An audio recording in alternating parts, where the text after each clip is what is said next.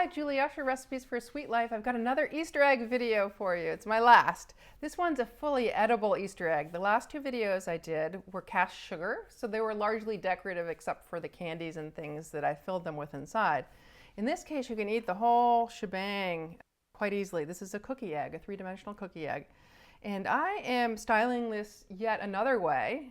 It's going to be dipped completely in royal icing and then decoupaged with edible papers. So kind of as you would decoupage a box or anything else, we're just going to apply the same techniques, crafting techniques, to cookies. So this is what we're shooting for. I'm going to do a slightly different version for you today where the bead work and the trim work are going to be blue as opposed to pink. Let's talk about what you need for this project. It's basically a 2 cookie project unless you choose to do a support. I'm going to do a really quick little discussion of how you could do a support or mount at the very end of the video. So just 2 cookies if you choose not to mount it and just to lay it on its side like that. And it looks quite pretty laid on its side in a bowl with Easter grass. I think I've got a picture here floating through which gives you an idea of how you might display it.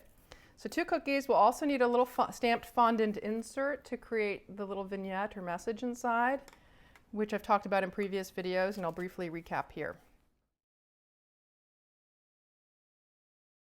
Okay, let's talk about how we got these contoured cookie shapes, because this is somewhat unusual. I have a whole video on contouring cookie dough, so I encourage you to refer off to that. This is slightly different in terms of its shape. Basically, to create this form, I use silicone egg molds. These are about 4 inches from top to bottom and about 2 3/4 across, side to side. But you can get them in various sizes. I thought this was a particularly good size for this project. Remember, whatever size this is, the cookie, once it's draped over it and once it's iced, is going to look a little bit bigger. So this is how the dough starts looking out. I just rolled out my gingerbread recipe dough. You could also work with sugar cookie dough and fit it onto this form. Bake it in the oven at normal 375. Let it cool slightly, pop it off, and you get a nice shape. Nice shape. Now for the window shape, same process, except before baking, I cut the window in it using an oval cutter. So I'll just demonstrate here. Just make sure it's centered on top. Push gently because the silicone is pliable. You don't want to collapse your cookie on top. Just cut gently to get all the way through. And then I'll take my trussing needle or a paring knife to lift out the dough in the center. Whatever roughness you see here, you can try cleaning it up now. But it's almost easier to clean that up after it bakes. You can take a little microplaner and just sand that off, and it'll be nice, neat edge. So that's how you create the shapes. Again, that would bake at 375 for normal baking time and then pop off. And then to cover these with royal icing, I simply dipped them with royal icing. I have a whole nother video on that, so we're not going to get into that today. And that gives them a nice smooth coat. I've got some bubbles in this particular one. But I think by the time I cover it with my papers and things like that, they're not going to be so noticeable, so I'm not going to worry about that too much. I'm going to start by decorating the face of the egg, and the same process would apply to the back. So I've got my back already done. I'm not going to do the back twice. But here's another little mock-up of where I'm headed, and I'll keep that here so you can see. My first step is applying my edible papers, and let's talk about edible papers a bit. I am working with wafer paper today. Wafer paper is a sheerer version of frosting sheets. You can see through it a little bit, which I kind of like because I want to pick up some of the underlying lavender color. You can get wafer paper plain. You can get it in solid colors, as I worked with in my first sugar egg video. It was solid colors. Those were from Icing Images, and they were actually flavored vanilla, and they're pretty tasty. You can get it plain, as I said, and print your own if you have a printer with just food coloring cartridges in it. Most people don't have that, so there are other sources online where you can get beautiful pre-printed patterns. And I got these from Queen of Hearts Etsy store, beautiful vintage flower patterns. And so we're going to use those and just basically stick them onto the cookie. This icing is now completely dry when we get to this process. We're going to stick them on with a little bit of corn syrup. Again, anything thin I tend to put down with corn syrup as opposed to royal icing. And I've got some pieces pre-cut that I know I want to put on to more or less resemble that pattern. And you can tear for this project you could tear roughly the wafer paper. Create kind of a rough edge, a deckled edge, like so. or you can cut around it. And I chose to do a little bit of each on this project. You'll see I've cut around these roses here. Different types of wafer paper differ in their flexibility. Most is pretty brittle. This particular paper is extremely brittle, tears and breaks very easily, so as opposed to the icing images, which is a little more flexible. So I handle it quite carefully. And I'm just going to start sticking this down. I've got two different papers here I'm working with, so I just want to alternate them so I have a good distribution of color all the way around. So I'm going to start with the pink rose towards the bottom. Just enough corn syrup to get it tacky. If you get wafer paper too wet with corn syrup or water, it'll actually dissolve and become kind of a mess to work with. So we just need a teeny bit on the back here. I've already got this cut, so it kind of follows the contour of the opening here. I'm just going to press that down. I may need a little more corn syrup on there to keep those edges down. So there's some pressing of it into place. I want to get this completely flush. In my previous sugar video, I let some of the wafer paper flowers kind of lift up off the surface of the cookie, and that kind of created a cool effect. But here I do want to keep them kind of tight and neat, as if you were really decoupaging an egg. So where they're lifting, I'm just adding a little more corn syrup, trying to keep it off the face of the icing. I got a little bit there. So I have paper towel here to always keep my hands clean as I go through this process. Got a little bit lifting here. I try to sneak a little bit under with my brush. Sometimes I'll sneak some under with my trussing needle as well. I think that's pretty good. So I'm going to continue around. I might come back and stick down areas that are lifting a little bit later, but let's get the broad strokes down first. I'm going to come in with a different type of paper here, different color, and they can overlap a little bit. That looks nice. I always kind of like to visualize things before I stick them right on the cookie, because once you get this down with corn syrup, you can't really move it. You have to put paper over where the corn syrup was, because the corn syrup will leave a big shiny spot. That's why I try to keep it off the surface of the icing. If the icing isn't going to be covered with paper, I don't want that shiny spot of corn syrup on there necessarily.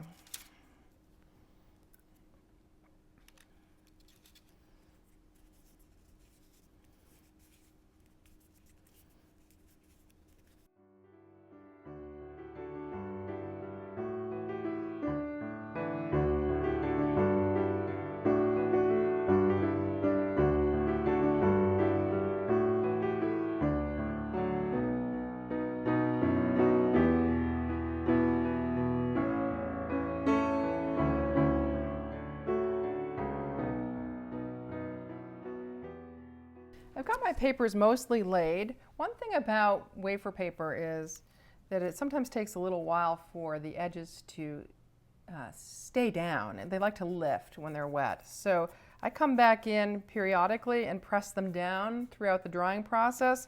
If any are particularly prone to lifting, like this little edge here, I'll come in with a little more corn syrup and try to tack it down. If you get it too wet, they will curl. So there's kind of a nice balance between too much moisture and too little that gets them to stick. And so I see a couple lifting spots here. Some of these places that are lifting are very close to the edge, and I don't want to get too much corn syrup on the cookie itself, because as I said, it leaves that shiny spot. So I'll work in a little extra corn syrup with my tip of my trussing needle, as I did there. Trying to always keep my hands pretty clean of corn syrup too before I press down again on the cookie, so as not to leave spots. Okay. One thing I failed to mention at the beginning is before you start any of this decorating, once you've dipped the cookies, they will come off the dipping, out of the dipping process with a pretty ragged edge, and you want to make sure that edge is filed down before you start decorating, so that when you fit the pieces together at the end, you don't have a big, huge seam. So you'll see this bottom one I hadn't filed, but the top one is nice and flat. So do sand both sides, both front and back, before you start the decorating process. And to do that, I just run them over a broad grater, like so, or a piece of sandpaper if I'm not eating the material. Or you can use a microplaner. Microplaner and graters are obviously food-safe tools, so if you're eating these, which I imagine you are, you'd want to use those. And I show the sanding process in many of my contoured cookie videos, so you can refer to those if you want to see that actually done. Now the next accent I have on here, you'll notice, which I think makes it look particularly vintage, are the shiny gold leaf effects. That's edible gold leaf. And basically, I'm just going to stick that down the same way with a little bit of corn syrup. And gold leaf likes to go where it wants to go. There's not a lot of controlling it. So don't get too frustrated with it. The idea is just to kind of, what I tend to do is if I see a spot that I don't like or a shiny spot where I have corn syrup and I didn't want it, I'll put gold leaf there. I'll apply a little more corn syrup. I'll lift up a piece of gold leaf, and I'll have sources where you can find this. Whoops, see how it likes to stick to everything? The less you handle it, the better. So I'm just gonna press that big blob in there, and I'm not gonna handle this stuff too much. See, it's on my hands. Basically where there are seams and things like that, I typically like to put some gold leaf. Now the reason the gold leaf is sticking to this trussing needle is because there's corn syrup on the end. So make sure what you're working with isn't sticky, and then just lay it onto the corn syrup. Pat it lightly, because if you pat it too much, basically the gold leaf will disintegrate.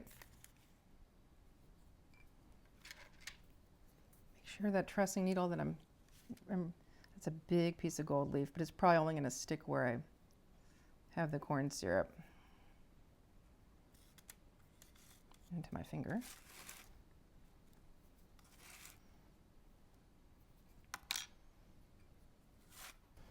I've got a big empty space here, so I definitely want to put some gold leaf kind of all along there. I think we can use a lot of this there. Notice how I tapped that a lot, pressed into that a lot, and I took a lot off. So just be careful, just get it stuck. When it's a little drier, you can pat it, but you don't want to handle it too much.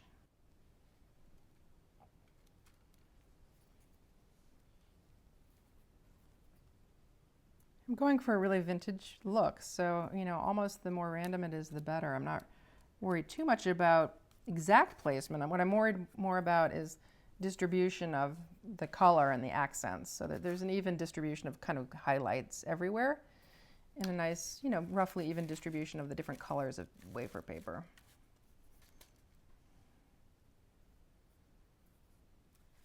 Kind of look at the overall placement of things and maybe pat in some of the gold leaf just slightly with dry hands, clean dry hands, so I don't take any up with corn syrupy hands, and just make sure it's where I want it. I think that looks pretty good. Looks really rough around this inner ring, but by the time I put those royal icing transfers down, it's going to be cleaned up quite a bit. The next step, now that you've got your paper all down and where you want it, and if you make sure you've got it all stuck down, is to trim out the opening. And you can do this many different ways. As you'll see on this egg, I use some embossed cookie flowers and a combination of royal icing transfers. I've got a whole video on how to make embossed cookies. These are molded cookies. They have no icing on them. So please refer to that. It shows you in detail how to make them. Same thing with the royal icing transfers. So I'm going to start by anchoring. I always generally start big to small. I'm going to start by anchoring the big pieces. I don't want it to cover the window completely, but I do want it to overlap a little bit. I just think a little bit of overlap adds more interest. And let's see, maybe just 2 little small flowers here, and then get those flowers down first. I'm gluing with a thick royal icing glue as always, just to keep things in place. This helps to hide the raw edge of the cookie there too, that didn't get covered in the dipping process of the egg. And I like that. I think that's enough flowers. I'm going to come back in now with my blue transfers and get those all located. And then we'll finish off with a little more dot work and some leaves in and around the flower, piped leaves in and around the flowers. With these transfers, I am sticking them slightly over the edge. I want them to cover the cut edge of the wafer paper, but at the same time, I also want them to conceal as much of that raw, naked, uniced gingerbread that I have on this side as possible, so I don't see much of that peeking out. So I am kind of teetering them kind of halfway over the edge, if you will. I'm just going to continue this gluing process.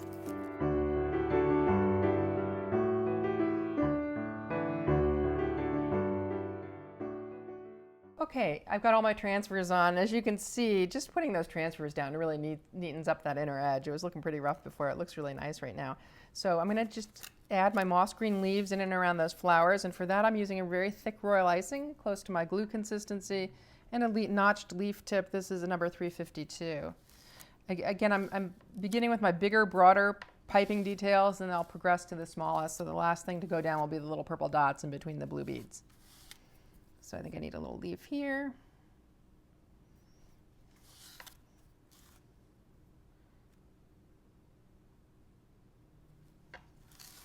I do want a couple that kind of go into the inside of the egg, just to kind of overlap the image that'll go in there a little bit. I just think that looks a little more interesting.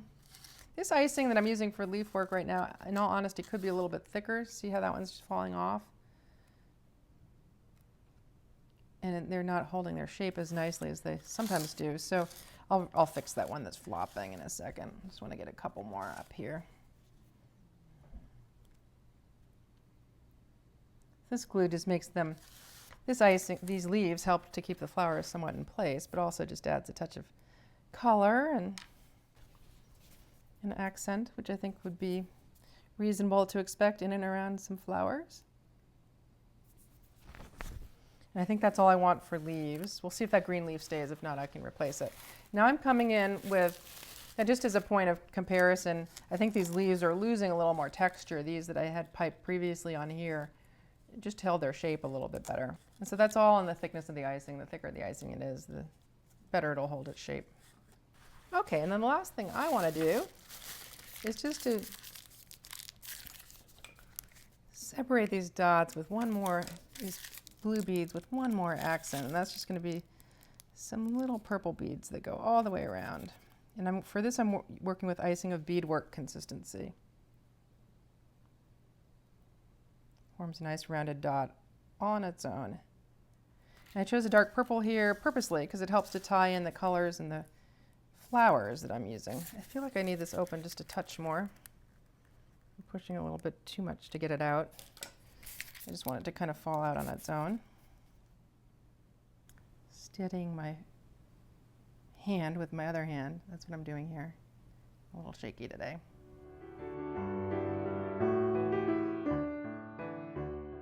And ta-da, that completes the front face of the egg. Looks rather nice. If you can still, at this point, if you see pieces of paper sticking up, glue them down with a little bit more corn syrup. This I would allow to completely dry before I mount it with the back half. Okay, before I can mount these together, I need to get my little picture inside. And this is the exact same process I used in my other two egg videos, where I stamped a piece of fondant, cut it out with an oval cutter. Here I used a little bird stamp and brown food coloring, and then let it dry completely so that I can pick this up and it's one big piece. And I'm going to drop that into the back of this egg, hopefully, and glue it into place. Let's make sure it looks good from the front before I glue it into place. Sometimes you need to trim the fondant down so that it fits in nice and snugly, but I think that's a pretty good size for this particular egg. And I am going to have to put a lot of glue. This is glue, by glue I mean my thick royal icing, especially here at the bottom because there's a big gap there. But I'm going to go all the way around. And because I have some relief on the front of this cookie, you know, with the piped leaves and things, it's really dangerous to sit this down on bubble wrap. I'd probably break those green leaves. So I am going to try to glue it very profusely with a very thick icing so that this plaque stays in place when I flip it over. Let's make sure it's in a good position. I think it looks good. I still want to give it a little bit of drying time before we put it together with the back half. So I think the thing to do, the safest thing to do, is just to prop it up at an angle so that the back piece is less likely to drop out, but so that you're not smashing the flowers and such on top. Normally I'd give that a good half an hour or so before I'd mount them together, just to make sure that that inside plaque was not moving at all. But we're going to move ahead because we're on video time. Turn this side over, which there's no danger of breaking anything on that, and glue the two pieces together. For this I'm going to use lavender tinted royal icing glue. I was using that to glue some of the pieces down on the front too, just because it matches the color of the icing. on the sides, and so there's less likelihood of like white peeking out. And I may fill, if there's a big gap here, if these don't fit nice and flush together, I will fill with the lavender as well. Okay, and now just place it on there. My bottom is lined up with my bottom. I think that looks really sweet. And now I'm ready to put on the seam to cover where they come together. But I'm going to elevate this in order to do that so that I can pipe on the side of the cookie with more ease. And so before I pipe the seam, I sometimes like to fill in any big gaps between the two eggs with a little more of the glue icing, in this case the lavender. That just helps the seam lie that much flatter. So I'm just going to fill some of these areas here where you see an opening with a little bit of the lavender. So I'm filling it and then kind of wiping it flat so there's a nice flat surface on which to pipe. And also if I were to miss an area, like if my beaded border were to miss an area, there's less likely you'll see lavender in the background rather than a big dark hole where there was a gap in the cookie. So that's another reason for filling. The front egg's a little bigger than the back egg here, so I am going to try to fill out with a little bit of lavender underneath, just to give my border something more to cling on to here. Okay, I think that's pretty good. And now for the border, I'm going to do a piped border using a star tip here. I think I've got a number 25 or a number 27. Similar border that I did on my recent sugar egg. So push forward to create a bead, and then pull back, push forward to create a bead, pull back, so on and so forth. I'm going to start at the top so that and do 1/2 and then do pipe exactly the same symmetrical border on the other side.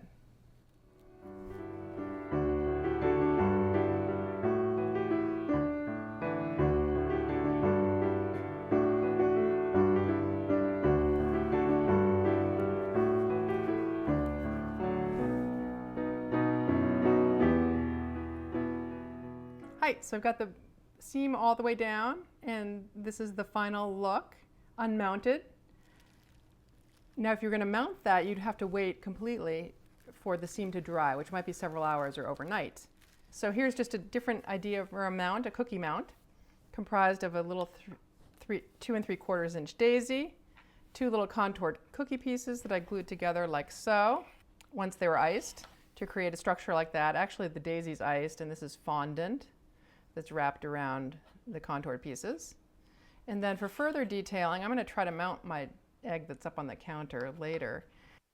That egg up on the counter has pink details on it, so I detailed this one with some pink royal icing transfers and some little white beadwork. To mount it, I would stick a piece of fondant down here, as we did in the other videos when I mounted. I always put a moist piece of fondant down and then glue hard to the moist fondant, and it just gives it a little more security, a little more to grab onto, if you will. So that's one fun sort of cookie flower and contoured cookie combination that's possible for mounting. Till next video, live sweetly.